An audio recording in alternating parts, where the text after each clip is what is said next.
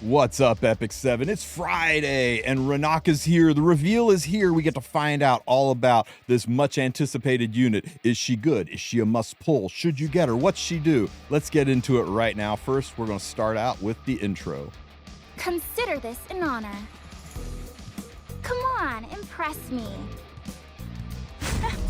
Trying to get away, are we? You can't outrun me. Uh-oh. Turning to cowardly tricks?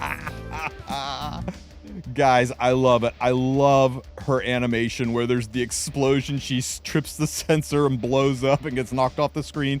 Freaking brilliant. 10 out of 10 on the animation, Smilegate. Really well done. Love the humor. Love the look.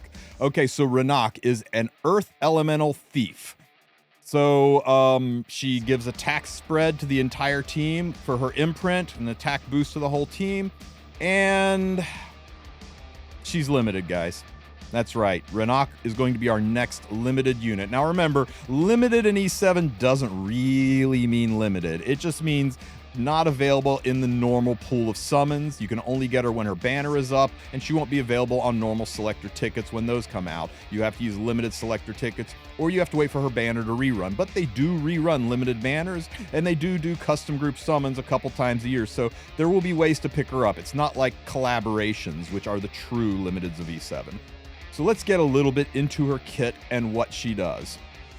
So first of all, her stats. Rinak is a Earth Elemental Thief with pretty good attack. 1100, that's pretty good attack. And God, like 3-star level defense. Like that defense is terrible, and the HP is crap too. She is a fragile little flower. I don't know how she survives that explosion with defense and HP like that.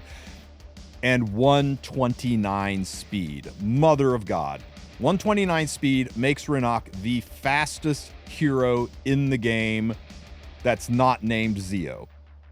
There are only 2 other units that have 129 speed, and that's Ran and K-Ron, who nobody runs fast. So any Rans that you've seen out there, Rinak's going to have the same speed as those. And we have seen 300, 310, 320. I know a guy with a 330 speed Ran. They do exist. So she is going to be Giga Turbo insane fast. And no crit damage, no effectiveness, no effect resistance. So just consolidation of stats. They're pretty much saying nothing matters except speed and attack. So she's probably going to be a nuker. Let's go check out her kit.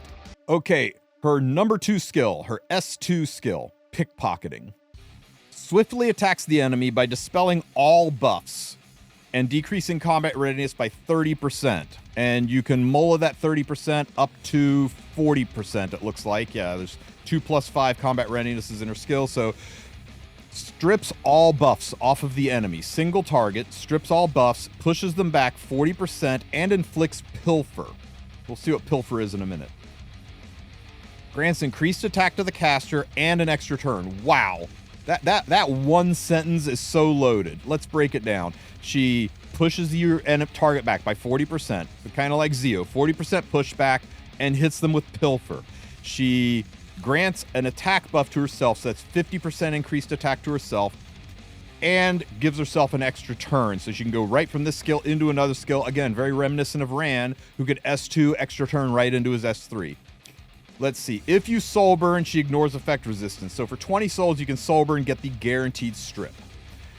Now, Pilfer. Pilfer is a unique effect. It decreases the attack, health, and defense by 20% of the target you put it on, and grants spoils to the attacker. We'll see what that is in a second. Applies to heroes only, and remains even after dying. Whoa, what? Okay, so you can't use it in PvE. You can only use it in PvP, Arena, Guild Wars, RTA. And it remains after dying. Okay, so what remains after dying means is you put this debuff on somebody, and then they die, and then come back, they're still wearing this debuff. In fact, we can't even call it a debuff. It's a unique effect. You know what unique effect means? Oh my God, I just read the next sentence. Unaffected by effect resistance. Or whether or not the attack even hits. It's just gonna happen. You can't stop it. You can't dodge it, you can't evade it, you can't elemental disadvantage it, you can't even wear immunity. That means this is going to stick on Sylvan Sage Vivian, this is going to stick on Bystander Hua Young. Your immunity set doesn't matter, even if you don't strip the immunity. I don't even know why we need a Soul Burn ER.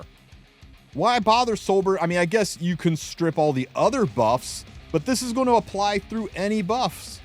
Whether or not you burn it, it really makes this burn kind of inconsequential.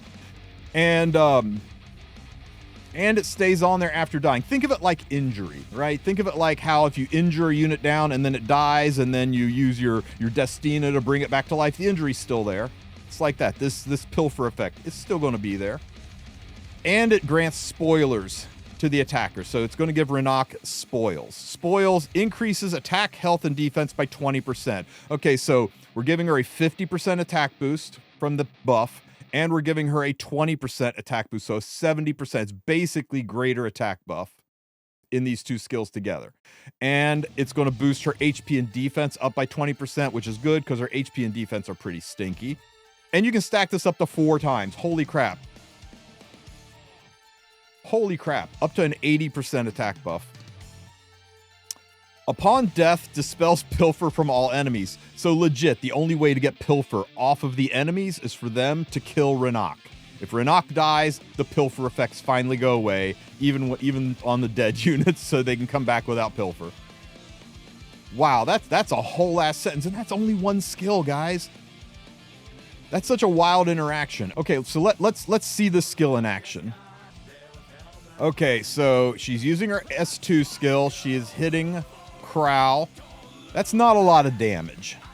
The mods on the S2 skill are terrible. She's got 2 stacks of spoils and greater attack buff. So she is at 90% boosted attack, and she only did 2.6k damage.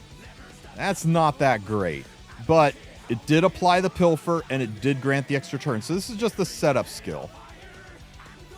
So now she's got her extra turn. She's going to go right into her S3 skill. Let's see what Clumsy Finish does. Nimbly attacks the enemy. Penetrates the target's defense. All of it. All the defense. The whole thing about Pilfer dropping the defense by 20%, that didn't matter because we're penetrating defense. That's just for the rest of your team. But 20% HP reduction into a defense pen attack that cannot trigger a critical hit, thank God. That actually makes Rinak significantly easier to build. You may be thinking, oh, I'm losing all the damage from no crit, but it makes Rinak easier to build because you really need to focus on speed and attack. Damage increases proportional to the caster's speed, so just like Green Sid, I will give you a warning about speed scalers. Attack is still more important. In the damage equation, attack is way more important than speed. It's just that's a nice bonus for people running giga-fast speed Rinaks. After attacking, triggers a security sensor by mistake. Dispelling all buffs from the caster. Dispelling all buffs. She strips herself. And inflicting stun and she debuffs herself. She strips herself and debuffs herself. After stripping the enemy and debuffing the enemy, she strips herself and debuffs herself. And inflicts 7,000 fixed damage to all enemies. 28,000 damage to the enemy team. And it ignores effect resistance. I'm thinking, what's ignore effect resistance have to do? There's no debuffs on this skill. But I just realized there is a debuff on this skill.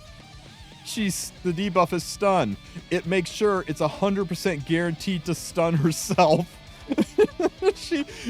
There's no way to build ER or to protect yourself from the stun. This is so wild, guys. Oh my God. Smilegate was on some high quality drugs when they came up with this kit. I can imagine the meeting where they're talking about putting this together. It had to go something like this, right?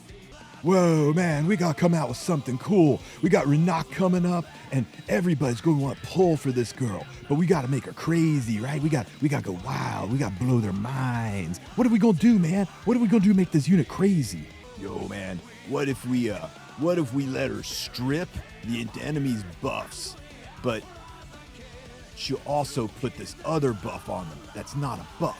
And this buff's gonna make them weaker, and it stays even when they're dead, man. And the only way to get rid of this buff is to kill her. Yo, man, that's pretty cool, but wait a minute. What do you mean? What do you mean the buff stays if they die? That doesn't make any sense, man. You're not making any sense. If they died, they don't have a debuff anymore.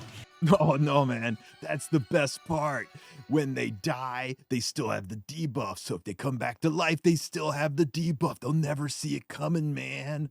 And on top of it, man, when she uses her next skill, she strips herself and stuns herself. Yo, no way, man. So she's gonna debuff the enemy, and she's gonna debuff herself, and then she's gonna stun herself? Wait, why is that good again? Yo, man, open your mind. You're not getting it, man. Yes, she strips the enemy. And yes, she debuffs. We're not going to call it a debuff. She status affects the enemy. And yes, she stuns herself and strips herself. But then she's going to do 28,000 damage, man. She's going to blow the teams up. It's going to be crazy. Yeah, I'm pretty sure it went down something like that. Smilegate really needs to share whatever it is they're taking when they came up with this kit, because I got to tell you, going from this skill into this skill is wild to me. So let's see how hard this skill hits, right? We've already dropped 2,200 damage, and this skill does 7,000 damage, so we're up to 9,000 damage. And remember, the unit that's got Pillage on is already down by 20% health. So let's check out how hard this skill actually hits. The mods on the number 2 skill, kind of stinky, but this one penetrates, so let's check it out. Okay, we notice Hua Young is already wearing the Pillage status effect, showing you that, yes, it's going to go through immunity, it's going to go through ignore, debuffs, all that stuff. So that means that Hua Young's already got 20% less health. So let's say that's a 17k HP Hua Young. That means 20% reduction. She's only got 13,600 health because of the effect of Pillage. Now we're going to drop this S3 skill. Let's see how hard this thing hits. I love it. I love the animation. Holy smokes, 8,800 damage. That defense penetration is huge, and it should do that kind of damage on any unit because everybody's defense is 0. The only way it's going to do less damage is if it's mitigated by like an Arius effect. So that's going to be another 7k damage on top of the pop, 14,091 damage. And a lot of that damage went into the Arius Knight. That's even higher damage if there's no Arius on the field. Even through Arius, she just one-shot a 17k HP. If Arius effect hadn't been in place, the damage would have been significantly higher.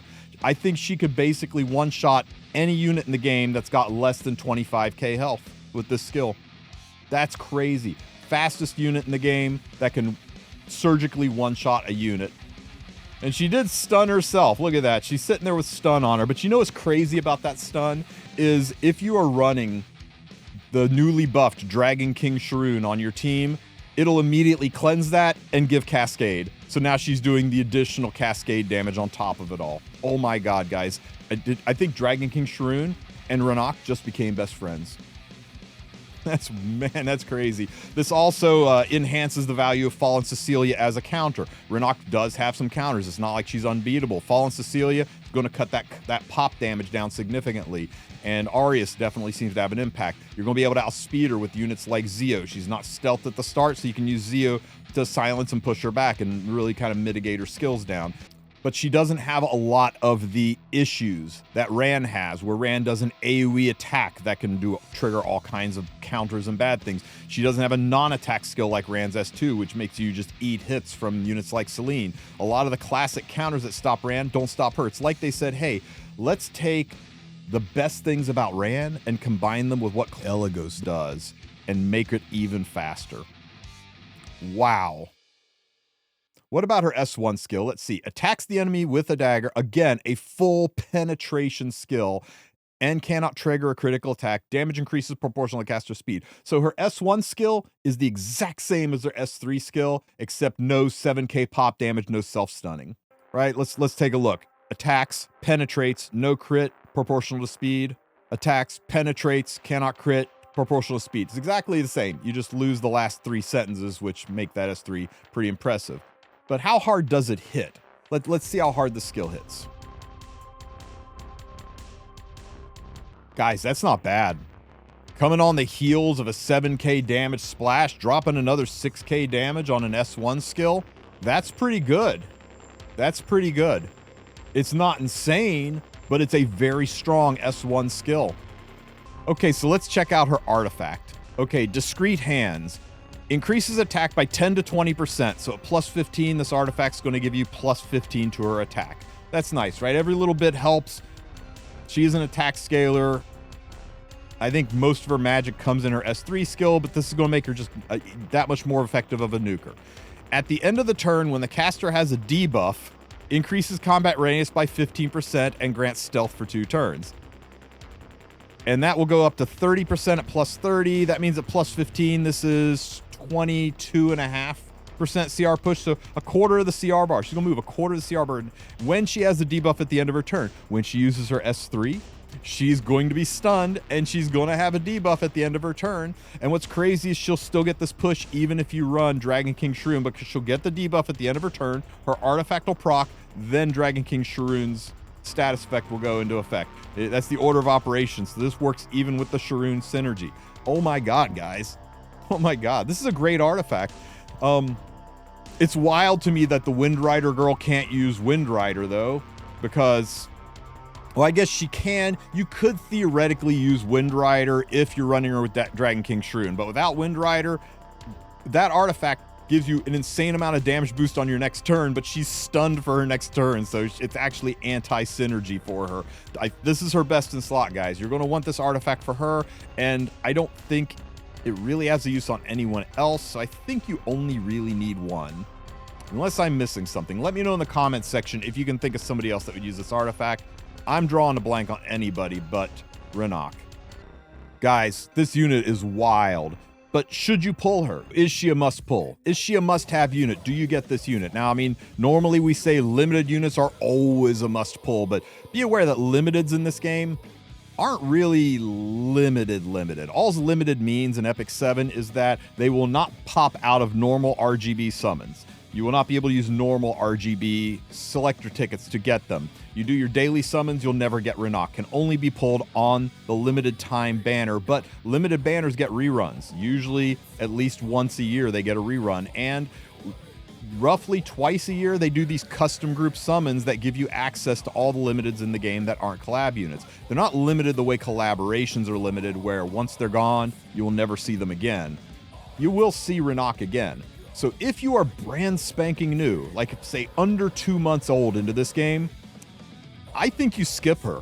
I'm not kidding. I think you don't pull on her unless your designs are, I really want to get into the PvP and I'm going to pull her as an investment hero, and a few months from now I'll be able to use her, because Ranak's going to take really good speed gear. And that's something a lot of people struggle with their first 6 to 8 months of gameplay, is getting decent speed gear.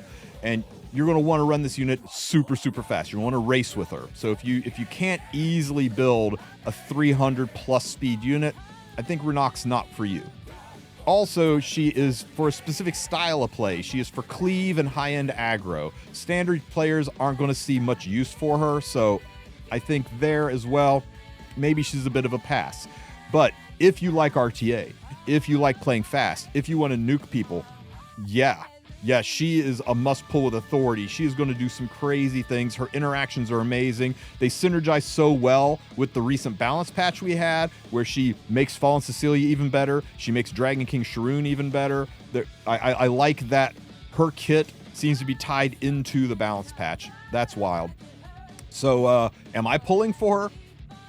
Yeah, this is exactly my kind of unit. I'm a fast player. I like cleaving. She is right up my alley, and I've got the gear to support her, so I am 100% getting her. But should you get her, ask yourself, is she your style of play? Ask yourself, is where she used where you play?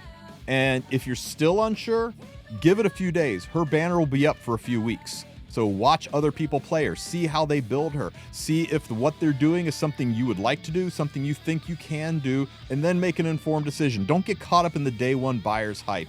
But yeah, this is a strong unit, and she's going to shift the meta. Very few units with over 120 speed have come out and not changed the meta or been incredible into the existing meta. So that's my take on Rinak. Let me know what you guys think in the comment section. Don't forget to like and subscribe, and good luck out there, everybody. Take care.